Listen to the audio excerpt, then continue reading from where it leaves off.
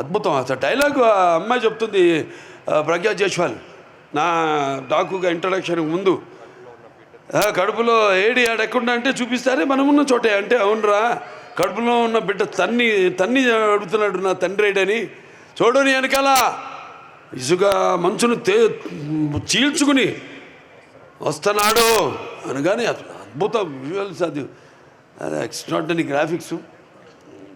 దాని తర్వాత ఇక మా ఎడిటర్స్ ఉన్నారు, రూబెన్ అండ్ నిరంజన్ గారు, అద్భుతం. అంటే చెప్పారు, తమ్మన్ గారు నాకు చెప్పారు, చాలా బాగా చెప్పారు. మేమే కాదు, అక్కడ ఇంకో ఉన్నాను, మ్యూజిక్ డైరెక్టర్ ఉన్నాడు, జనం కూడా థియేటర్లో బడబడబడ యుద్ధ అది ఏమంటాం రణగొణ ధ్వనిలాగా మ్యూజిక్ ఇస్తే గుండెపోటు వచ్చే పోతాడు.